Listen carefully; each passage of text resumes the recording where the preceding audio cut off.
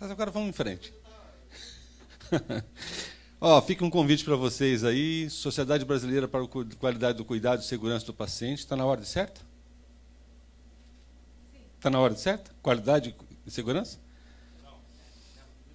Eu também acho que não. Mas não, é um inferno isso. Você não tem ideia. Toda vez que você fala assim, segurança é o princípio.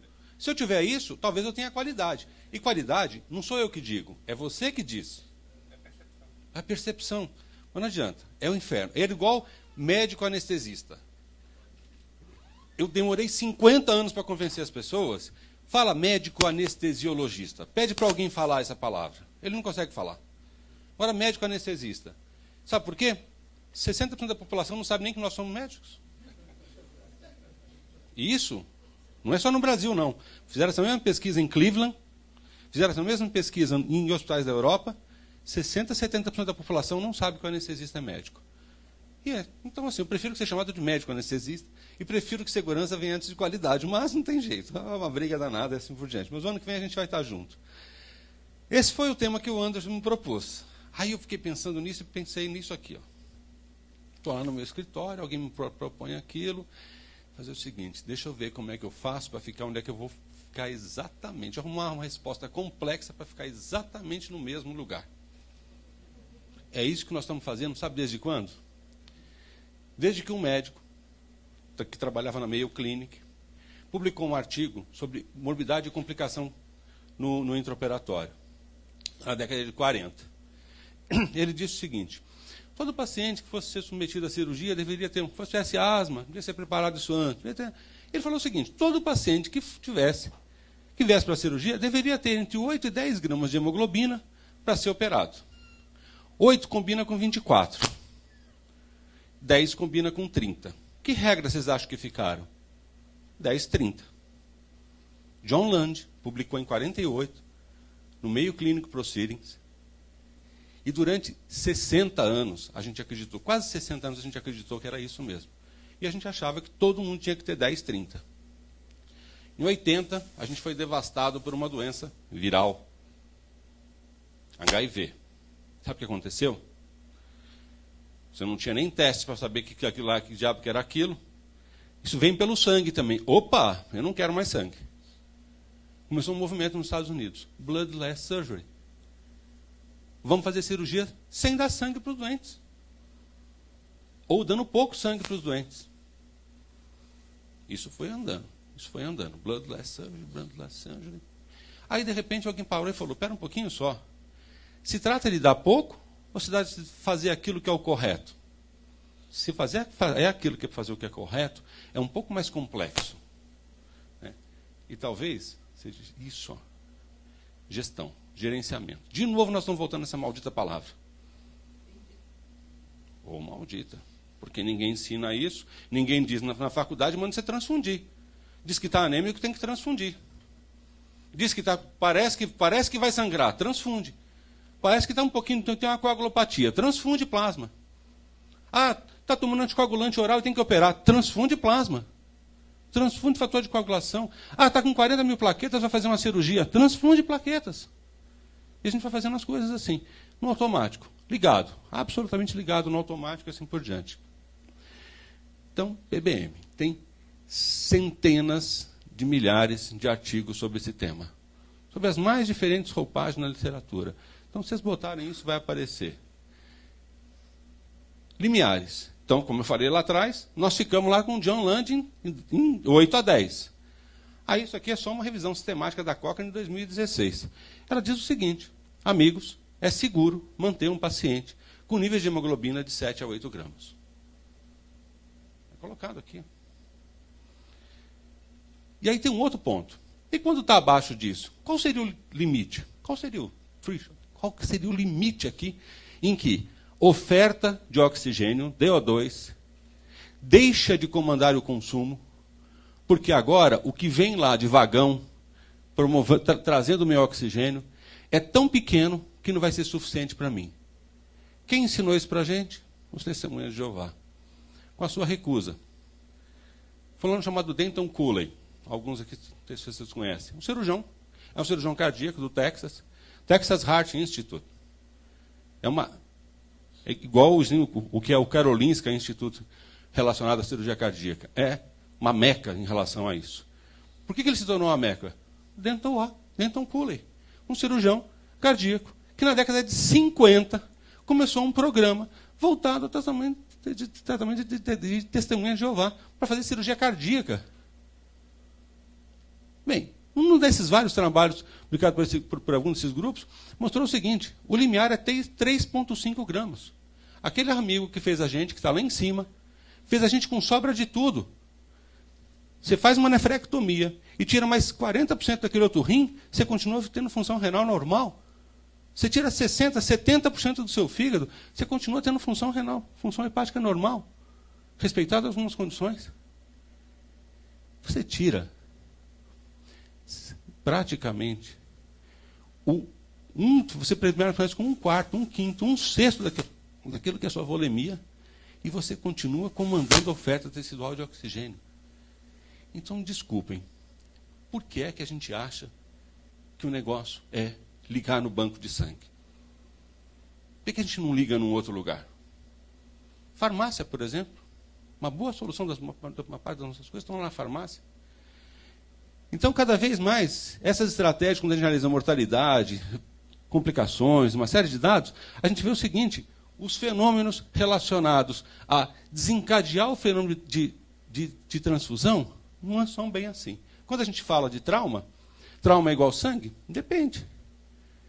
A gente já sabe hoje que com alguns desses limiares tem muito mais coisas do que a gente imagina.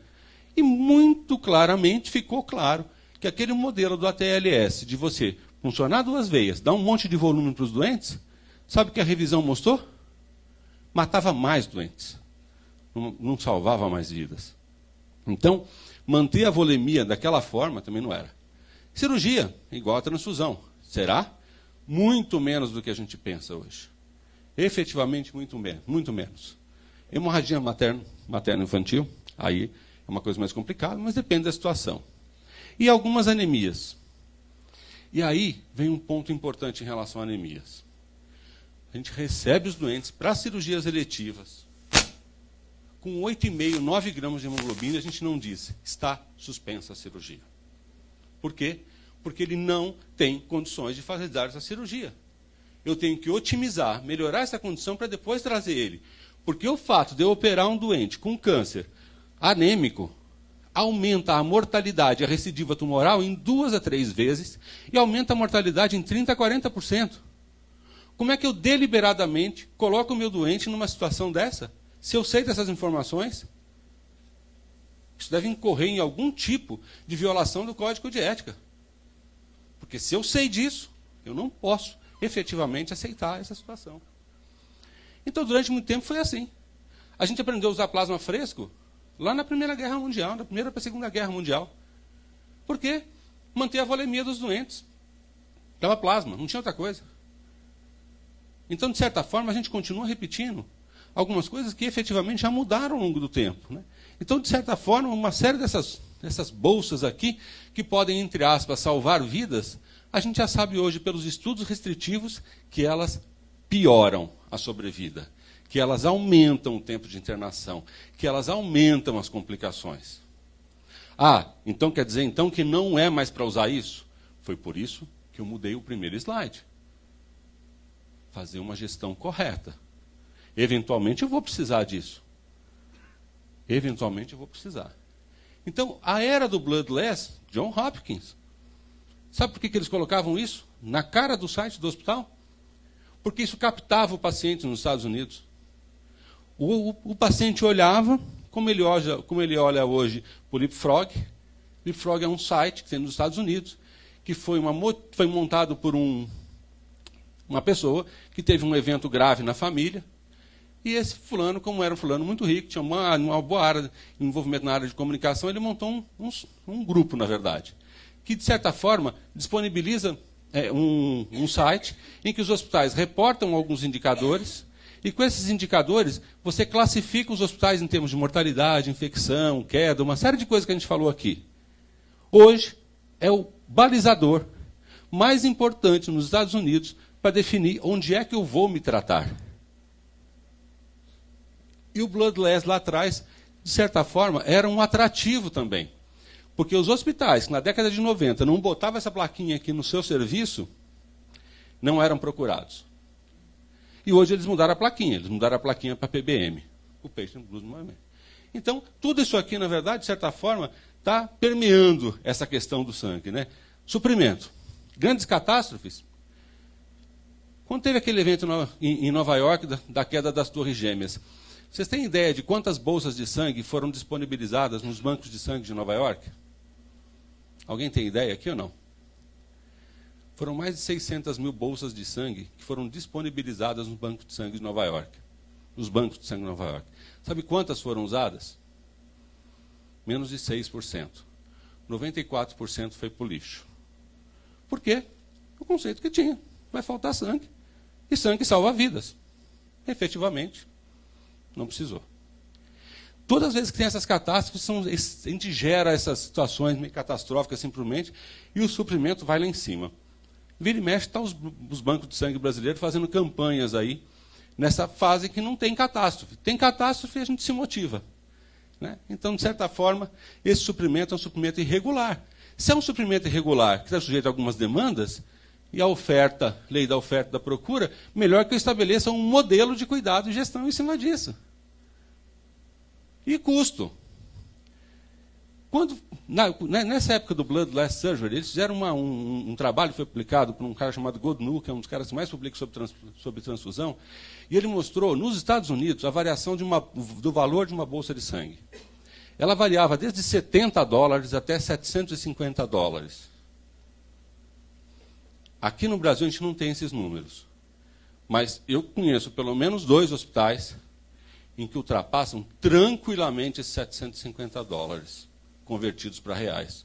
Eu diria que ele deve estar perto dos $1.200, $1.300 por cada unidade. Então aumenta custo, sim. E se feito de maneira inadequada, vai aumentar custo sem ter eficiência. De novo, aquela história que a gente colocou ontem. Para ver o resultado, tem que ver a pertinência daquilo.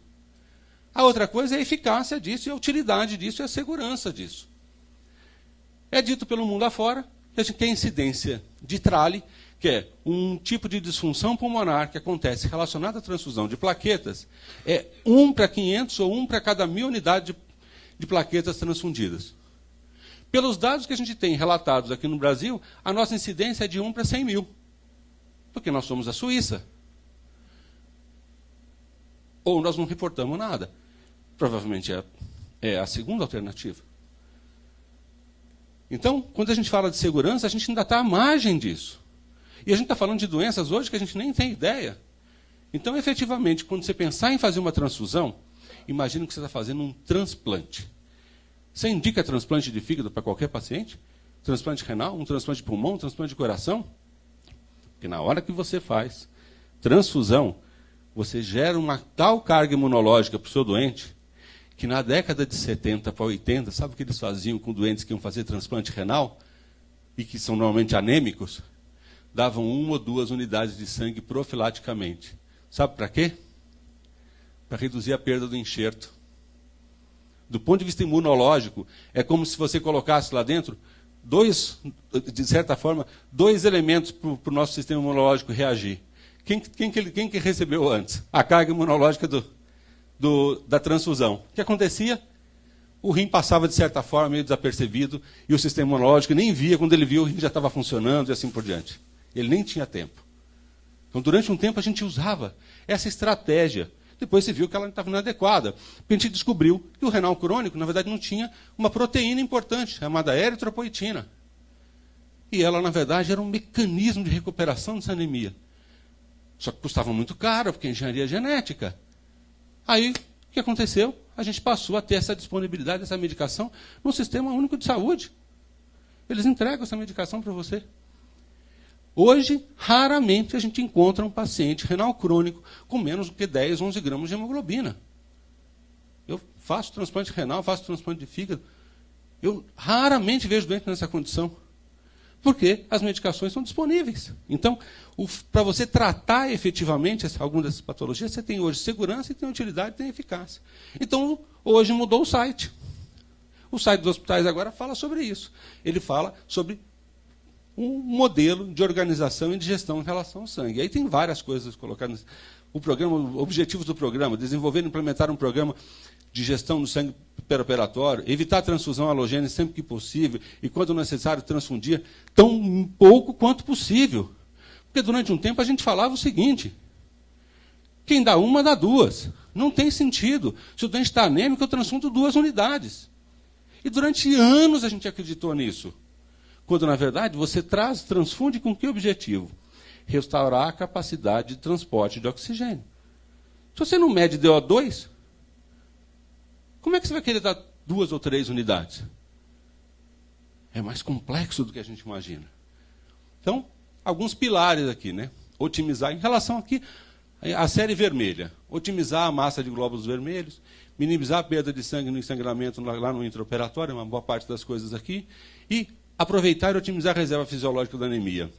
Em relação à perda de sangue, você tem uma aguinha para me arrumar? Só um pouquinho? Eu aguardo. Bem, então, o que tem de interessante? Quando a gente fala dessa questão de perda sanguínea no doente internado, vocês já repararam como é que a gente colhe exames no dia a dia?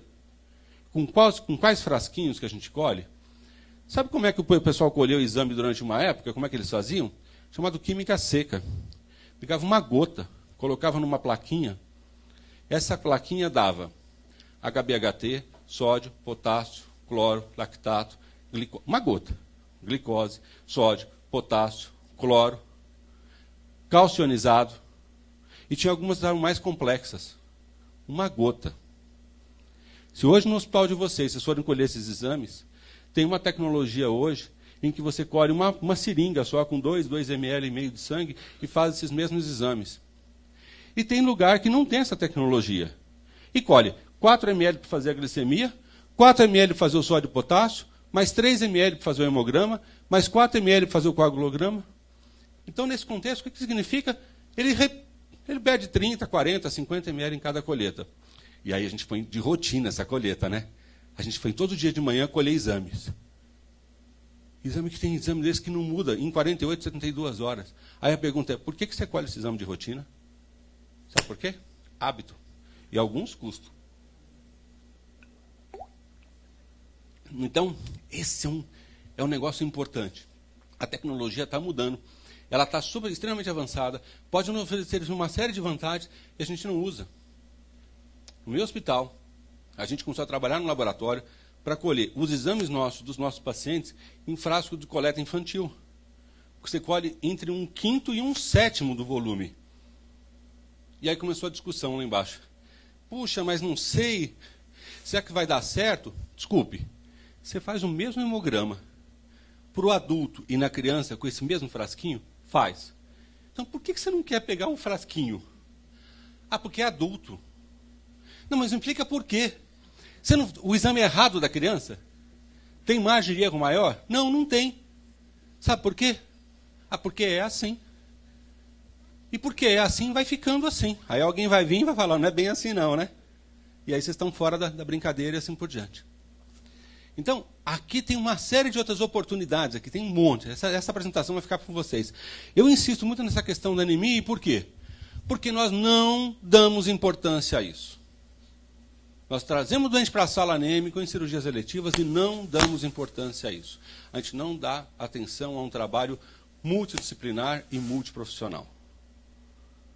Nesta hora, eu tenho que conversar com o meu cirurgião, procurar um clínico, procurar um hematologista e falar, vamos tratar essa anemia. Porque o prognóstico, o desfecho, vai ser muito melhor se a gente trouxer esse paciente para a cirurgia nessa condição. E no intraoperatório, a gente tem um monte de alternativa legal para poder reduzir isso. A gente vai falar de algumas delas, né? Então aqui, 2008, 2009, 2013 e 2014. Repara a escadinha descendente aqui de células vermelhas, de plasma fresco e de plaquetas aqui, a queda aqui. Reduziu, hospital terciário, importante, que implantou um programa de patient blood management. Muito bem. Aqui, quando fala, tem um negócio aqui que chamou a atenção, aqui quando se fala assim, traqueostomia, tomou mais de 18 mil unidades. Não é que é traqueostomia, tá? É o paciente internado na terapia intensiva por tanto tempo que recebeu traqueostomia, e ele escreveu aqui como traqueostomia. Mas é um doente crônico na terapia intensiva, tá? As pessoas não precisam ficar assustados aqui que traqueostomia recebe muito sangue, e assim por diante, plasma, e assim. Mas o que é que tem de interessante? Repare, cirurgia cardiotorácica, se vocês somarem aqui o banco de sangue relacionado ao seu segundo principal cliente, o primeiro é a oncologia no seu hospital, se tiver. O segundo é você, centro cirúrgico. E aqui está algumas coisas com aquelas reduções, 2008 e 2009. Mortalidade era 2,03, 1,65. Cai a mortalidade, cai o tempo de internação, cai readmissão, cai taxa de infecção, cai infarto e AVC. Uai, espera um pouquinho, mas você não transfundiu menos? Sangue na vida? Sangue do doente infartado não precisa de mais sangue, doente com AVC não precisa de mais sangue, por que estão morrendo menos e assim por diante? E aí tem um negócio interessante aqui, é a economia que você faz com isso, com todo esse sistema aqui. A sua taxa de investimento, você investe $1 para montar um PBM, você tem uma taxa de retorno de 7 a 8 dólares. Alguém conhece alguma coisa que dê melhor resultado que isso? Tem um negócio que faz dá um resultado melhor que isso, mas você vai para a cadeia por conta disso, entendeu? É mais complicado, assim por diante. Então, esse aqui é melhor, né? E aí, esse é um dos grupos mais, eu diria que, se a gente falar num grupo seleto em relação a esse tema aqui, é esse grupo que está aqui, que trabalhou junto com a Organização Mundial de Saúde, com a Sociedade Europeia de Anestesia, Americana de Anestesia, que falou, cara, vamos fazer o seguinte, vamos montar e escrever aqui alguma coisa simplificadinha. Não é tão simplificado assim, né? Está vendo aqui? Mas é facinho, viu? Pode ter certeza. O que eles fizeram aqui? Um checklist de coisas que você tem que implementar na sua instituição para montar um programa desse. E, ao mesmo tempo, eles oferecem programas de 2 meses, 3 meses, 6 meses, 1 ano, nos hospitais e nas universidades onde eles trabalham, para que você implante um programa de gestão de sangue na sua instituição. E passe a ter algumas vantagens com relação a isso. E aí vai. Tá? Recentemente, isso aqui, 2018, a Sociedade Europeia de Anestesia juntou um grupo de especialistas e, inclusive, mandou para vários sócios dela. Eu respondi um questionário aqui em relação a isso aqui, tá certo? O questionário era o seguinte, sobre a avaliação pré-operatória, o que era importante quando eu olhasse na avaliação pré-operatória que tivesse relação com um desfecho e que eu achasse que seria importante, de certa forma, ser explorado, ser identificado e ser trabalhado aqui dentro. E aí tinha um grupo lá dentro de experts depois que revisava isso. Então, isso aqui, ranqueado como extremamente crítico e importante. Falha no resgate, falha na ressuscitação, eventos cardíacos maiores, ranqueado como importante. Sangramento, desordem da coagulação, transfusão de sangue. Quando a gente junta os três e dá um nome de gestão do sangue, isso passa a ser de uma enorme importância e ele vira, assim, ranqueado como uma coisa crítica. Então, de certa forma, isso tem que estar incluído e considerado na nossa avaliação pré-operatória. Uma das tecnologias que a gente tem à disposição é a recuperação de sangue intraoperatório. A gente chamava de Cell Saver, mas Cell Saver é uma marca registrada de uma empresa, da Haemonetics.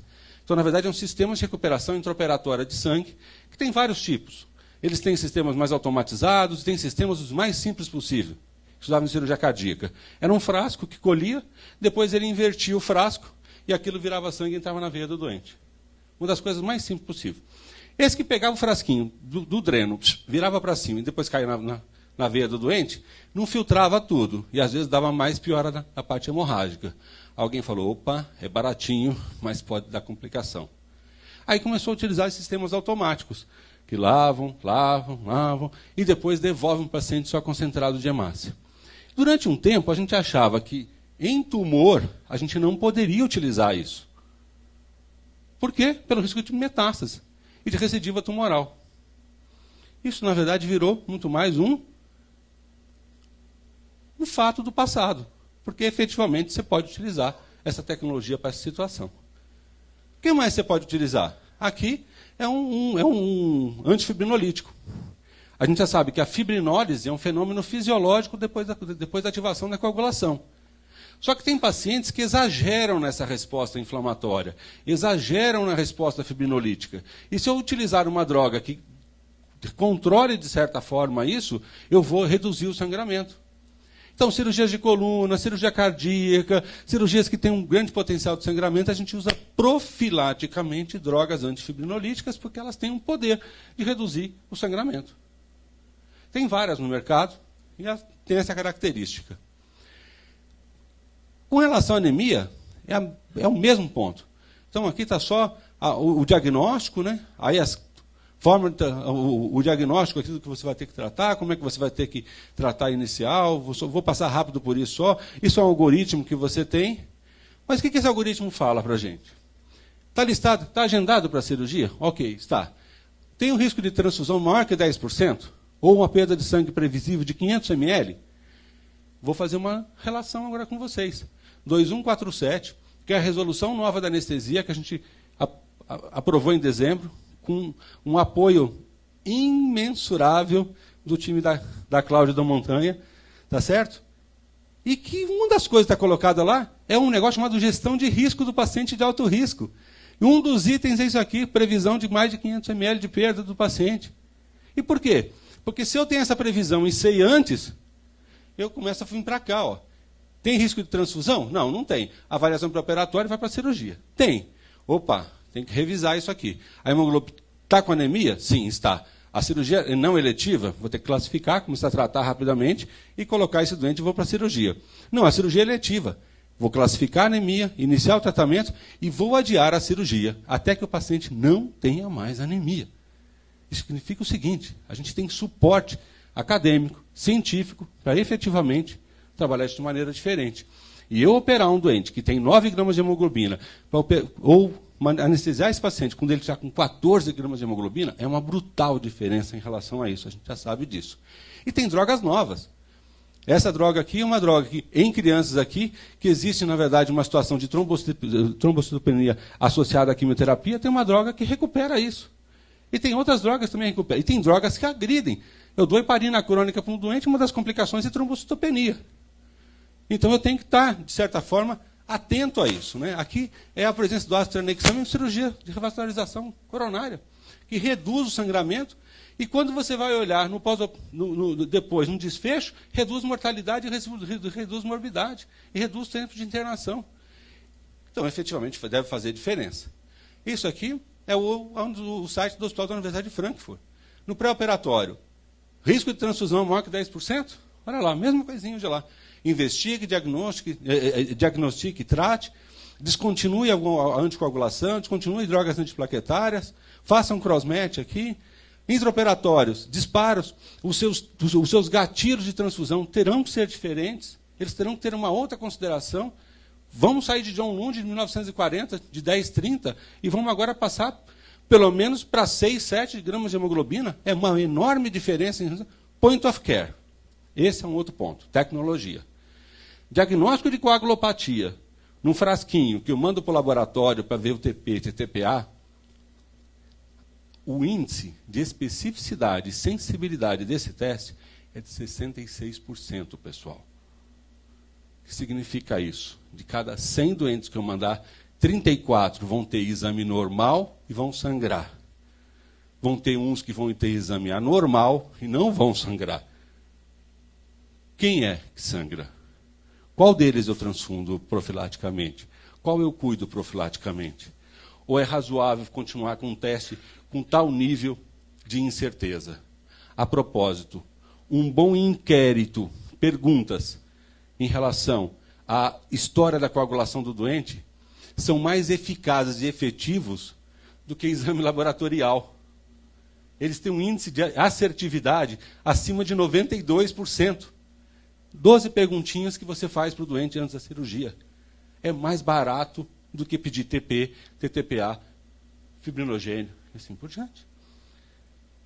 E quando você não tiver isso lá no intraoperatório, apareceram essas tecnologias, aqui, como o Rotem, como o tromboelastograma. E com uma vantagem. A quantidade ínfima de sangue, você faz não só o diagnóstico, como você trata aquela amostra de sangue. Por exemplo, eu acho que é antifibrinolítico. Eu pingo antifibrinolítico lá dentro. Não, eu acho que é plasma fresco. Eu pingo plasma fresco lá numa quantidade conhecida. Trato aquela amostra. Eu simulo a condição antes de enfiar dentro do freguês. Então, essa tecnologia amplia muito. Quando a gente fala de Rotem, de novo, questão daquilo que você investe na tecnologia. Para cada $1 que você investe no Rotem, a sua taxa de retorno é de $5 a $6. Eu consigo convencer o gestor do meu hospital a colocar um troço desse? Consigo. Só que hoje eu chego lá e falo, tem um negócio aí, é o Rotem, um negócio fantástico, muito bom. A gente dá lá no intraoperatório, não precisa fazer exame e assim por diante. Sabe o que ele fala? Só aumentar custo, só está brincando, sai para lá. Vocês acham que essa conversa é uma conversa fácil de ser levada? Nós começamos a fazer transplante de fígado em 92 no Sírio. O nosso primeiro tromboelastograma foi comprado no hospital, sabe quando? Até hoje não foi comprado. Nós começamos com a tecnologia do Rotem há 2 anos atrás. Até então, sabe como é que a gente fazia? Diagnóstico de coagulopatia no intraoperatório? Olho. Experiência. Nós saímos de uma média, no início do nosso programa, de 7,5 unidades de plasma fresco, para nos últimos 3 anos, 0 unidade de plasma fresco em transplante de fígado. Então, assim. Então, esse aqui é um caso aqui dos agarrófilos, assim por diante. É gestão de sangue no paciente com testemunho de Jeová. Mas vou aproveitar e vou mostrar um outro caso para vocês, que é um caso nosso. Isso aqui, a gente publicou na época, estavam fazendo 10 anos da constituição por uma RDC da Anvisa, da criação das comissões transfusionais nos hospitais. A gente fez uma análise disso e uma das coisas que a gente colocou aqui, que o modelo nosso de transfusão é pediu, transfundiu. Por quê? Algum banco de sangue aqui, quando você manda lá, pede 2 concentrados de hemácia, liga para você e questiona e fala, peraí, não tem que transfundir não, e assim por diante? Pouquíssimos bancos de sangue fazem esse diálogo com você e discutem por que você está querendo transfundir. Então, nosso modelo é aqui, pediu, transfundiu. A grande maioria aqui de transfusão é baseada em hemoglobina e hematócrito. E não em dado clínico, não numa série de parâmetros que você pode utilizar. Não tem pós-operatório, não tem desfecho. Foi aquilo que eu falei. Tralha aqui é 1 para 80, 1 para 100 mil. E não é isso. O mundo inteiro fala que não é isso. E não tem diálogo entre anestesista, clínico, cirurgião, intensivista. E não tem uma linha de cuidado, não tem um modelo de cuidado para isso. Né? Esse aqui é o guia de conduta hemoterápica que a gente publica lá no hospital. Está no site, está disponível para todo mundo que precisar. E a gente já publica esse guia de conduta hemoterápica há mais de 16 anos, que foi a mandado de montar uma comissão transfusional no hospital. E o que a gente tem feito lá, na verdade? Tentar melhorar a prática hemoterápica, aumentar a segurança. E no nosso hospital é assim. Eu indiquei transfusão no centro cirúrgico. Alguém me liga do banco de sangue e pergunta por quê. Quando ele me pergunta por quê, eu tenho que explicar para ele. Ele não se nega a te mandar a unidade. A depender da situação, ela sobe do banco de sangue, uma das hemoterapeutas, e discute com a gente. Sabe o que aconteceu com essa conduta? Isso a gente mediu há muitos anos atrás, depois a gente parou de medir. Aconteceu com o que faz o mundo inteiro. Na hora que você tem que fazer uma justificativa da sua conduta, despenca a indicação. Cai 30%, 40%, 50%. Bem, traduzimos esse documento aqui, da Sociedade Europeia de Anestesia, que era um manejo do sangramento perioperatório aqui. E, então, na verdade, assim, a gente está ainda caminhando para esse modelo de gestão. Mas tem um outro dado interessante em relação à transfusão. Chama Top 5 Overviews. Quer dizer, o uso em excesso de 5 coisas. Sabe qual delas? Indicação de stent, tubinho de ventilação e transfusão de sangue estão entre essas 3. As 3 maiores top 5, uso excessivo, sem justificativa clínica, sem um bom respaldo e assim por diante. Esse caso aqui é interessante. É Valérie, o nome dessa moça aqui, 36 anos, sexo feminino, natural e procedente de Quebec. É isso mesmo, pessoal, Quebec, é uma canadense. Religião Testemunho de Jeová. Essa moça, ela chegou até a gente, por quê? Ela tinha um tumor que invadia fígado, suprarrenal, cava, rim. E Ela procurou tratamento lá, fizeram quimioterapia e radioterapia, reduziu a massa tumoral, tinha que operar. E ela falou, sou testemunha de Jeová. Foi em 6 centros no Canadá e os caras falaram, aqui a senhora não vai conseguir operar. Aí ela foi para os Estados Unidos, eles falaram, tudo bem, custa 250, 300 mil dólares da cirurgia. Ela não tinha esse dinheiro. E ela veio descendo, igual a andorinha que vem no verão e assim por diante. Não é isso? Sai lá do Canadá e vem aqui para parar aqui no Brasil e assim por diante. Até que ela chegou aqui. Chegou aqui como? Pela Coli.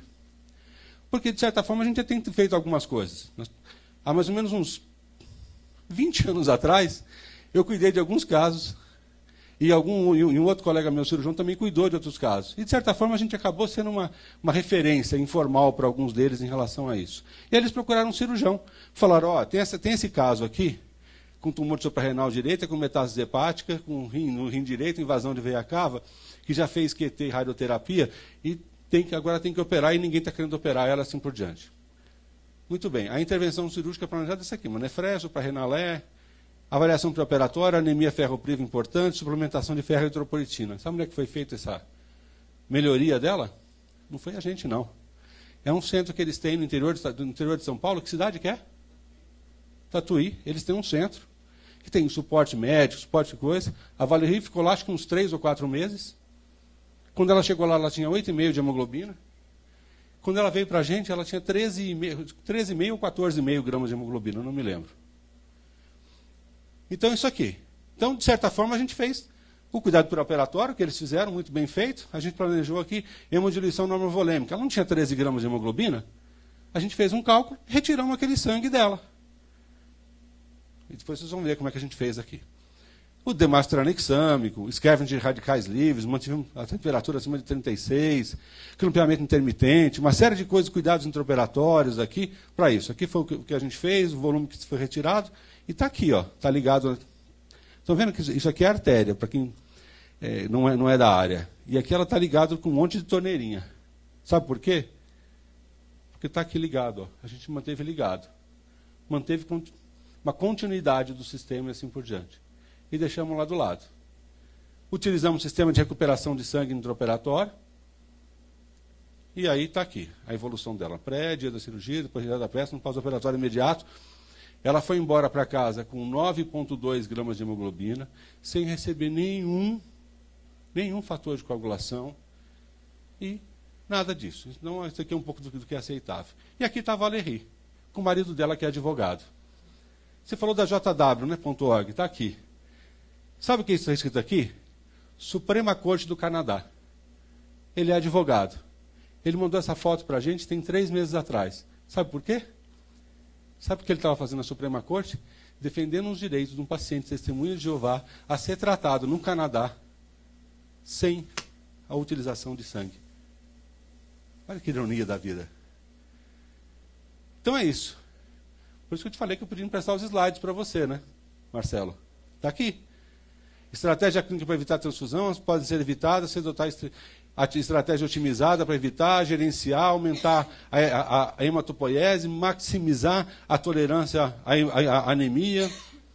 Aí tem aqui avaliação cuidadosa do estado físico, detecção, gerenciamento, avaliação clínica, uso criterioso de anticoagulantes, agentes antiplaquetários, prática restrita de flebotomia, coisa. Está no site deles, a propósito. Eu tirei vários slides de lá. Né? Então está aqui. Né, com o objetivo de minimizar a perda sanguínea, aumentar a eritropoiese, gerenciar o uso de sangue autólogo e tolerar a anemia em algumas situações. Gerenciamento pós-operatório, maximização, prevenção de hipertensão e hipotermia, resultado positivo, e aí está aqui vai. Aqui está aqui o telefone, aqui tá, tem tudo aqui, tá, Marcelo? A apresentação vai ficar aqui, então você pode ficar tranquilo que está tudo. E aqui está um pouco aqui da COLI, aqui, do que é a comissão de ligação com os hospitais, assim por diante. Né? E lá está colocado a posição em relação ao que eles não aceitam e o que eles aceitam. Vou passar mais rápido agora para a gente poder chegar lá. Onde eu estava querendo. Conteúdo jurídico. Isso era melhor passar o microfone agora. Mas vamos aqui. Em relação à liberdade. Tudo isso é de fundamental importância para a sua existência. E que, diante de tudo que foi posto aqui, ninguém tem o direito de se desfazer da vida humana de outrem, pois, se o fizer, estará aberto a sofrer as sanções discriminadas nas leis que regem o ordenamento jurídico do país. Então, liberdade é algo importante. Existe, contudo, a compreensão de alguns que a vida seria um bem inviolável e indisponível para o indivíduo, independente de sua vontade, o que impossibilitaria o exercício pleno da autonomia individual. Ou seja, na hora que eu vou lá, segundo Jeová, falo, não quero transfundir, posso morrer? Parece que não é bem assim. Parece que você não tem o direito de fazer isso. Semana passada, teve um biólogo importante, inglês, que estava radicado na Austrália, com 104 anos de idade. Está na revista Veja dessa semana. Que foi para a Suíça, fez um crowdfunding, moderno, né? Juntou grana, recebeu grana de um monte de gente. Sabe para que ele foi lá para a Suíça? Para se suicidar voluntariamente. Porque aos 102 anos a universidade afastou ele da universidade, porque ele já não tinha mais condições de ensinar e assim por diante, e ele perdeu o sentido da vida. E ele foi para lá voluntariamente. Na Suíça, desde 46, me parece, desde 46 que você pode fazer um suicídio assistido, uma eutanásia, assim por diante. A gente não tem. Mas só para a gente... Será, contudo, que um bem privado que não afeta diretamente a terceiros, minha vida, a ver, ou o pacto social, pode ser objeto de ações estatais para sua proteção contra a vontade do seu titular? O sujeito não possui direito a escolher as regras que vão reger o seu corpo? Isso é só uma discussão. Então, ser livre na sociedade ocidental é muito caro. Vamos andando aqui. Justamente pela variedade e quantidade de... Não é possível dar a liberdade num único conceito. A disposição, o direito à disposição do próprio... Agora estamos falando daqui do Brasil. A disposição do próprio corpo não está expresso na Constituição Federal, mas deriva de uma interpretação sistemática das demais garantias formalmente postas no referido texto. Dignidade da pessoa humana e inviolabilidade do direito à liberdade, auxiliadas à possibilidade de disposição corporal elencadas, servem de fundamento para que se sustente a existência de um direito individual ao próprio corpo e um direito à sua disposição. Mas quer mais?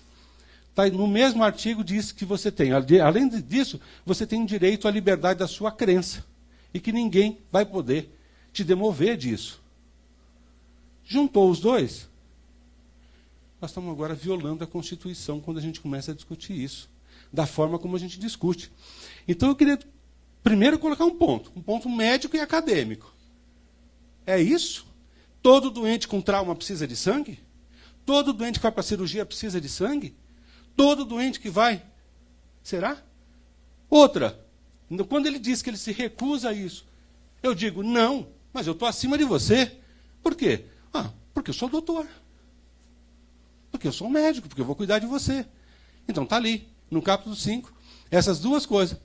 Encontrar a proteção da liberdade e a vida está garantido nisso. Só que aí tem uma coisinha, né? Na área penal, vamos agora ver para a gente. Se eu estiver errado, você pega o microfone. Na área penal, se o médico não realizar a transfusão de sangue, ele pode ser acusado até de homicídio.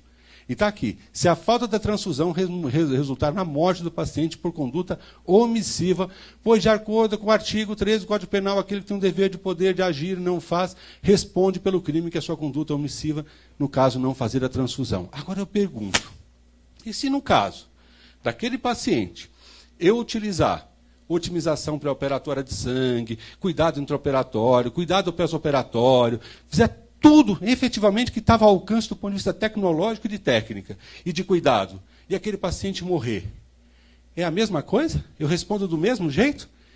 Eu fui omisso? Ou não? Eu não fui omisso. Eu tentei de todas as formas.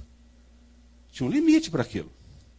Caso o médico faça a transfusão, agora eu vou fazer a transfusão, está com 9 gramas de hemoglobina, mas eu acho que precisa transfundir. Por quê? Está com 9. Qual o DO2? Qual é o consumo? Qual o nível de lactato? Você melhorou? Você olhou algum outro ponto do DO2 que você pudesse melhorar? Não, vou transfundir. Transfundir porque queria transfundir.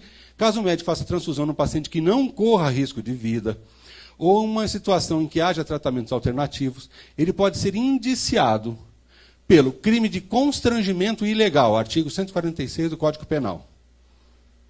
Mas o mesmo não ocorre se ele fizer a transfusão em uma situação de perigo iminente de vida. Do mesmo artigo que exclui a ilicitude do crime nessa situação. Então, veja, se ficar o bicho pega, se correr o bicho come? Não, não é assim.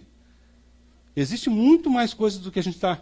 imaginando aqui, daquela situação simplista que a gente tem de ou o senhor vai ser operado, o senhor tem que assinar o termo de que o senhor vai ter que receber sangue. Não existe essa linearidade. Não existe essa relação de causa e efeito. Então, o Conselho Federal de Medicina tomou a posição de que, se não houver iminente perigo de vida, isso aqui é o Conselho Federal de Medicina, o médico respeitará a vontade do paciente ou dos seus responsáveis. Se houver iminente perigo de vida, o médico praticará a transfusão de sangue, independente de consentimento do paciente ou dos seus responsáveis. Já mudou um pouco bastante a conversa aqui. Mudou muito. Porque é o seguinte, tem que mergulhar nos livros. Tem que melhorar nas tecnologias que estão à disposição. E se eu deliberadamente coloco um paciente anêmico para fazer um procedimento cirúrgico na minha instituição que não tem esses recursos, que código eu estou infringindo? A jurisprudência e a doutrina, tanto nacional, tem uma posição pacífica, de que em caso iminente não havendo outra alternativa de tratamento. Lembre-se que isso começou antes. Isso não é naquele momento. Naquela cirurgia eletiva começou há um mês atrás, quando aquela cirurgia foi agendada. E que eu tinha plenas possibilidades de ter mudado aquele desfecho. Eu não fiz. Analisando tudo que foi exposto, chega a essa mesma conclusão que o Conselho Federal de Medicina chegou. Se esse parecer for seguido, o médico estará isento de todas, pois ele observa que as formas da lei oferecem para o médico preservar a vida do paciente sem ser responsabilizado posteriormente. Então, aqui estão as referências. Esse é um termo de recusa a procedimentos cirúrgicos invasivos, diagnóstico e terapia. Esse é de um hospital de São Paulo. O nosso nós estamos mudando, porque agora, há coisa de 6 meses atrás, meu hospital implantou um programa de compliance no hospital, então nós estamos mudando toda a documentação, então eu não tenho. Mas aqui está aqui. Termo de consentimento, esclarecimento relacionado a procedimento cirúrgico, procedimento invasivo, diagnóstico e terapia. E termo de consentimento, esclarecimento relacionado a procedimento hemoterápico. Repare, é do mesmo hospital, 3 documentos diferentes. Eu tenho que ter um consentimento específico para isso. O que está colocado aqui, que eu vou explicar, e vou, de certa forma, esclarecer exatamente todos esses pontos. E aí vem. Né? Tem um monte de dados. Eu só quero... Esse aqui é um site interessante, porque ele dá aqui meio que algumas dicas aqui de que daquilo que você pode fazer aqui para você poder reduzir essa situação. Mas eu só vou passar rápido por isso aqui, tá? Porque isso aqui vai estar disponível para vocês. Então está aqui. Alguém me perguntou esses dias, quando o Anderson colocou no site lá, falou, mas eu posso me recusar a fazer um procedimento desse? Pode. Código de Ética Médica. 7. O médico exercerá sua profissão com autonomia, não sendo obrigado a prestar serviços que contrariam os ditames da sua consciência, ou a quem não deseje, excetuadas situações de ausência de outro médico, em caso de urgência ou emergência, ou quando sua recusa possa trazer danos à saúde do paciente. Então é isso. Eletivamente. Eu não quero, eu não concordo com isso, eu não vou fazer só anestesia, eu não vou operar você. Agora, não faz algo que é ilícito. Faz de conta que vai fazer e chega lá dentro e faz tudo o contrário, assim por diante. Eu também sou devoto. E sou extremamente devoto. Minha religião é essa. Oferta tecidual de oxigênio. Essa é a minha religião. Por quê?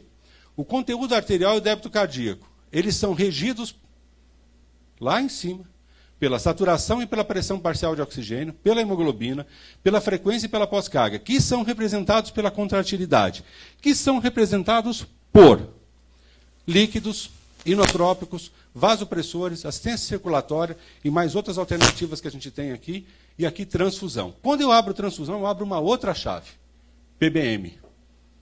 Avaliação pré-operatória, avaliação pré-operatória, cuidado pré-operatório, cuidado intraoperatório, cuidado pós-operatório. Abre uma chave aqui com mais de 27 alternativas de coisas que você tem para fazer. E aqui oxigênio e PIP, que você pode utilizar para melhorar a PaO2, para melhorar a saturação, consequentemente para melhorar a oferta. Então, de novo, por que é que eu só tenho uma alternativa? Por que eu digo que eu só tenho uma oportunidade de melhorar o DO2? Eu tenho muitas mais oportunidades de DO2. Mas isso significa o seguinte, eu tenho que me debruçar sobre o conhecimento, sobre a informação, sobre tecnologia, sobre técnica, e a partir daí eu consigo reduzir. E efetivamente, esse é meu outro... eu sou devoto também dessa situação. Eu vou fazer isso, otimização hemodinâmica. Começa antes, começa muito antes. Às vezes ela começa 2 meses antes. Como no caso da Valérie. Ela começou 3 meses antes. Quando essa moça voltou para o Canadá, que foi nos mesmos hospitais, mostrando que ela estava bem, curada e assim por diante, ninguém acreditava. Ninguém falou assim, quem foi o maluco que operou você? Podia ter perguntado. É o seguinte, não foi ninguém maluco, não. Foi alguém absolutamente com a sanidade, absolutamente consciente daquilo que tinha que fazer. Fez isso com um limite, não no limite da insegurança, fez isso com uma enorme tolerância de segurança. Foi assim que a gente agiu com ela. A gente não agiu de forma leviana. E, de certa forma, isso tudo cai numa coisa. E quando a gente fala disso, a gente está falando de paciente de alto risco. Isso é um programa que a gente vai começar. Vai ser uma especialização sensulato, lá no nosso hospital. Vai começar agora em setembro, agora. E a ideia, na verdade, esse é um dos pontos que a gente vai explorar nesse programa aqui. Por quê? Porque a residência e mesmo a graduação, de certa forma, não ensinam o anestesista a lidar com paciente de alto risco. Eles são 12%, 15% da população. Mas eles significam, em alguns estudos do Reino Unido, 80% dos doentes que morrem e 80% do custo dos pacientes todos que entram no sistema de saúde para ser operados. Então, é uma população que vale a pena. E quando a gente fala de transfusão, voltando àquele slide lá atrás, que ele mostra aquelas várias condições, é nesse grupo que a gente está falando. Então, veja, uma série de coisas que a gente pode fazer é para uma pequena população. Essa pequena população merece um cuidado mais excepcional, eu diria, nisso. Né? Esse é o nosso próximo simpósio, dia 22 de junho. Eu espero que alguns de vocês aqui, se puderem comparecer, vai ser um prazer para a gente. E, de certa forma, quando a gente fala, então, da possibilidade de operar um doente sem sangue, é possível? É. O caso da Valerie não é um caso pontual. Ele é um caso, na verdade, entre milhares de pacientes que realizam os procedimentos. E nós não fomos inéditos nisso. Como eu falei, o professor Denton Cooley começou isso na década de 50. Nós estamos no ano 2000. A gente tem mais do que a obrigação de ser melhor do que ele foi naquelas mínimas condições que a gente tinha. Então, nós não estamos fazendo absolutamente nada diferente daquilo que a gente tem à disposição, que é conhecimento, informação, educação continuada, tecnologia. E isso, efetivamente, a gente já sabe, faz diferença. Então, a pergunta, dá para fazer cirurgia sem sangue? Dá. Mesmo casos complexos, dá para fazer. Mas, às vezes, você vai ter que, efetivamente, lançar a mão disso, com muito menos frequência daquilo que a gente imagina. Obrigado.